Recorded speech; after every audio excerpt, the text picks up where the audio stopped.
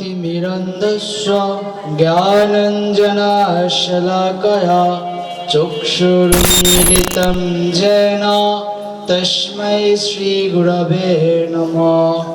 श्रीचैतन्यमनोभीष्टं स्थापितं येन भूतले स्वयं रूप कदा मह्यं ददति स्वपदान्तिकम्। हे कृष्ण करुणा सिंधु दीनबन्धु जगत्पथे गोपेश गोपिका कांत राधाकांत नमस्तुते। तप्त कांचन गौरांगी राधे वृंदावनेश्वरी वृषभानुसुते देवी प्रणमामि हरिप्रिये।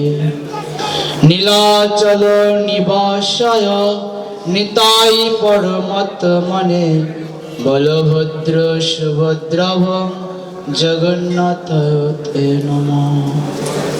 नमो विष्णुपादाय कृष्णपृष्ठाय भूतले श्रीमते भक्तिवेदान्त स्वामिनीति नामिने। नमस्ते सरस्वती देवे गौरवाणी प्रचारिणे निर्विशेष शून्यवादी पाश्चात्यदेशतारिणे। वाञ्छाकल्पतरुभ्यश्च कृपा सिन्धुभ्येव च पतितानां पावनेभ्यो वैष्णवेभ्यो नमो नमः। जय श्री कृष्ण चैतन्य प्रभु नित्यानंद श्री अद्वैत गदाधर श्रीवासादि गौर भक्त वृंद। हरे कृष्णा कृष्णा कृष्णा हरे हरे हरे राम राम राम हरे हरे। जय श्रील प्रभुपाद की, समवेत गौर भक्तवृंद की। शुभ शुभ पुष्य अभिषेक महोत्सव की। অনেক ঠান্ডা, তারপর আপনারা সবাই একত্রিত হয়েছেন। কেন কেন একত্রিত হয়েছেন?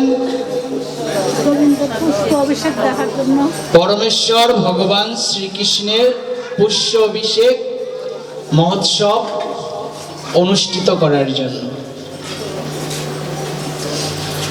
প্রথমে আমাদের জানতে হবে যে পুষ্য অভিষেকটা কি। পুষ্য অভিষেক হচ্ছে পৌষ মাসের পুষ্য নক্ষত্র তিথি যুক্ত যে পূর্ণিমা, সেই পূর্ণিমাকে বলা হয় পুষ্য অভিষেক। এই তিথিতে কি করা হয়? পুষ্য অভিষেক করা হয়। মূলত পুষ্য নক্ষত্রে যেহেতু এই অনুষ্ঠানটা, এই জন্য এটার নাম হচ্ছে পুষ্য অভিষেক। তারপরে এটাকে কেউ কেউ পুষ্প অভিষেকও বলে, যেহেতু ফুল দিয়ে এই অভিষেকটা অনুষ্ঠিত হয়। আবার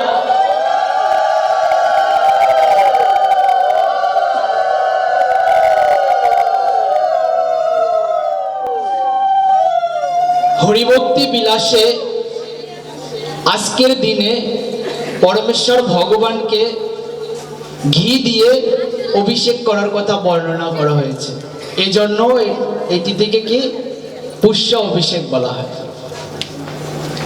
কিন্তু এই পুষ্য অভিষেক বা পুষ্য নক্ষত্র যুক্ত যে পূর্ণিমা, এই পূর্ণিমায় কেন এই অভিষেক করা হয়?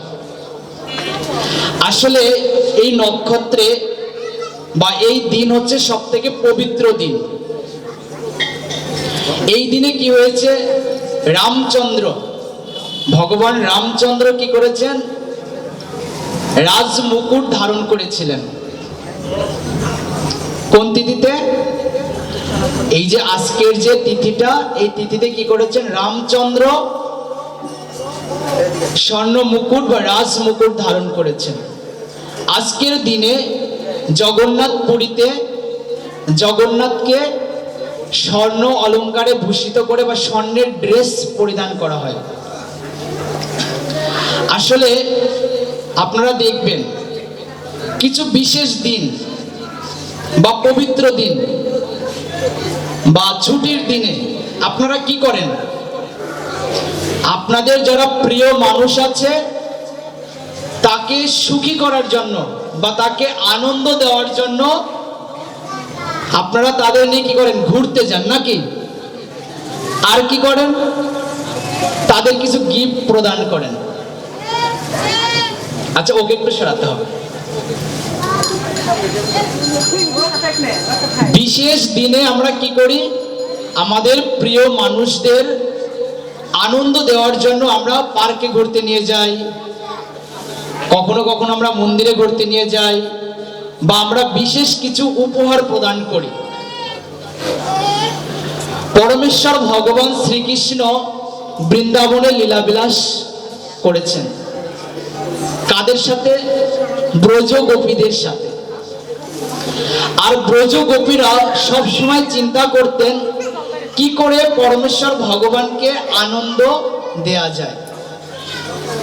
আমরা যেমন চিন্তা করি আমাদের প্রিয় মানুষকে কি করে আনন্দ দেওয়া যায়, আর ব্রজ গোপিকারা চিন্তা করত কি করে পরমেশ্বর ভগবানকে আনন্দ দেওয়া যায়। কেন? কারণ পরমেশ্বর ভগবান শ্রীকৃষ্ণ ছিল তাদের প্রাণনাথ। ব্রজ গোপীরা সবসময় চিন্তা করত কৃষ্ণ কেমন আছে, কৃষ্ণকে কি করে আনন্দ দেওয়া যায়। এই জন্য তারা বিশেষ বিশেষ দিন বা বিশেষ বিশেষ নক্ষত্র বা বিশেষ বিশেষ মুহূর্ত তারা কি করতেন, ভগবানকে আনন্দ দেওয়ার জন্য তারা কিছু না কিছু উৎসবের আয়োজন করতেন। ঠিক এই পুষ্যা নক্ষত্রে যুক্ত যে পৌষ মাসের যে পূর্ণিমা, এটা যেহেতু শুভ দিন, এই জন্য গোপীরা চিন্তা করেছেন যে কি করে ভগবানকে আনন্দ দেওয়া যায়। এই জন্য তারা চিন্তা করেছেন যে আজকে আমরা কি করব, ভগবানকে ফুল দিয়ে আমরা অভিষিক্ত করব। তখন সমস্ত ব্রজের রমণীরা কাঁচা কাঁচা সুগন্ধি ফুল চয়ন করে রাধা কৃষ্ণকে বসিয়ে তারা কি করেছেন, ফুল দিয়ে অভিষিক্ত করেছেন। এবং এই অভিষেক করে তারা কি করেছেন, তারা আনন্দ পেয়েছেন। দেখবেন যে আপনার প্রিয় মানুষটা যদি আনন্দ পায়, আপনারা আনন্দ পাবেন কিনা? আনন্দ পাবেন। কারণ প্রিয় মানুষটাকে যদি একটু সুখ দেওয়া যায় তাহলে কি নিজে তার থেকে আরো বেশি সুখ লাভ করা যায়, ঠিক কিনা? আপনাদের এরকম হয় কিনা?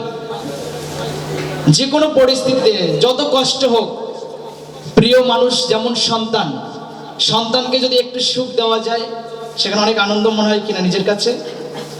ঠিক ব্রজ গোপীরা কি পরমেশ্বর ভগবানকে সুখ দিয়ে তারাও কি আনন্দ পেতেন, বরঞ্চ তারা বেশি আনন্দ পেতেন। যার জন্য শাস্ত্রে বর্ণনা করা হয়েছে কি, তোমারও সেবায় যত দুঃখ হয় সে হতো পরম সুখ। সেবা সুখ দুঃখ পরম সম্পদ, অবিদ্যা দুঃখ নাশ।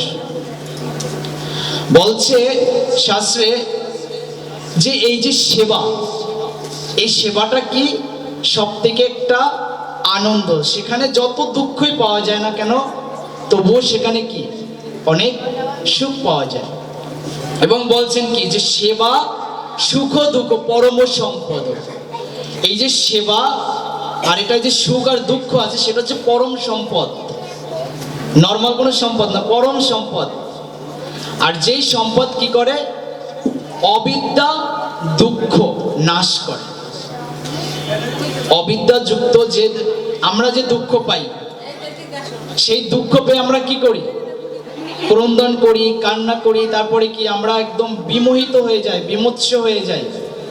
কিন্তু শাস্ত্রে বর্ণনা করা হয়েছে কি, যে পরমেশ্বর ভগবানকে যখন আমরা সেবা দেই সেখানে আমরা সুখও পাই, আমরা দুঃখও পাই।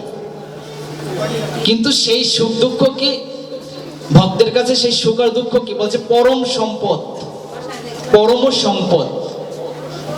তাহলে আমরা যারা এখানে আছি আমাদের কাছে কি এরকম মনে হয় যে এই ভগবানের সেবায় দুঃখ বা সুখ যা হোক সেটা পরম সম্পদ? কি মনে হয় আপনাদের কাছে?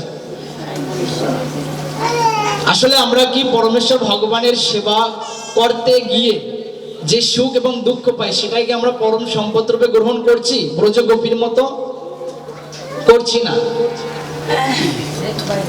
আমরা যদি সেটাকে যদি গ্রহণ করি তাহলে তো আমাদের কোনো অভিযোগ থাকতো না ভগবানের কাছে যে ভগবান তুমি কেন আমাদের দুঃখ দিলে, তোমার এত সেবা দিচ্ছি কেন দুঃখ দিলে? কিন্তু আমাদের কি হচ্ছে যে আমাদের দুঃখ অনুভব হয়। কেন অনুভব হয়? কারণ আমরা আসলে আমাদের যে প্রিয় মানুষ বা প্রিয় যিনি ভগবান তাকে আমরা কি ভগবান রূপে গ্রহণ করতে পারছি না বা প্রিয় রূপে গ্রহণ করতে পারছি না, এই জন্য আমরা কষ্ট পাই। কিন্তু শাস্ত্রে বর্ণনা করা হয়েছে কি যে এই যে দুঃখ এবং সুখ এটা হচ্ছে পরম সম্পদ। যেমন আপনারা এখানে সমবেত হয়েছেন অনেকগুলো কারণ। কেউ কেউ এখানে সমবেত হয়েছে প্রভুরা নৃত্য করবে সেটা দেখার জন্য, কেউ সমবেত হয়েছে যে আমি একটু নৃত্য করব, আবার কেউ কেউ সমবেত হয়েছে যে ভগবানের কোনো সেবা করব নাকি। এই অনুষ্ঠান সারা পৃথিবী ব্যাপী আন্তর্জাতিক কৃষ্ণ ভাবনামৃত সংঘ ইসকনের প্রতিষ্ঠাতা কৃষ্ণ কৃপা শ্রীমূর্তি শ্রীল অভয় চরণারবিন্দ ভক্তি বেদান্ত